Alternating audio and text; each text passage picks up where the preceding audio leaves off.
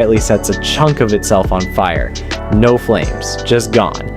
Then a new car loses about 20% of its value in the first year and roughly 60% by year 5. So Clay's $70,000 Tahoe is worth about 56 grand by the time he gets it home and somewhere near 28 by the time he's bored of it. That's $42,000 evaporated for the privilege of being the first guy to spill coffee in the cup holder.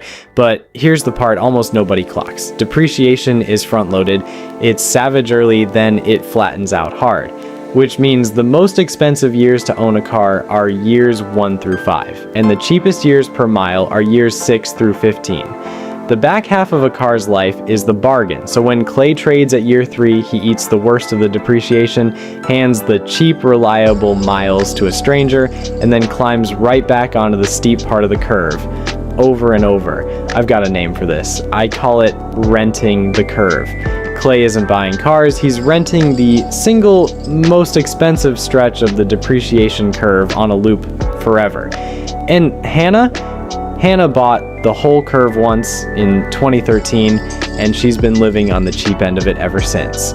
But the depreciation isn't even the part that should scare you. The payment is. So let me show you some math that genuinely changed how I look at a driveway.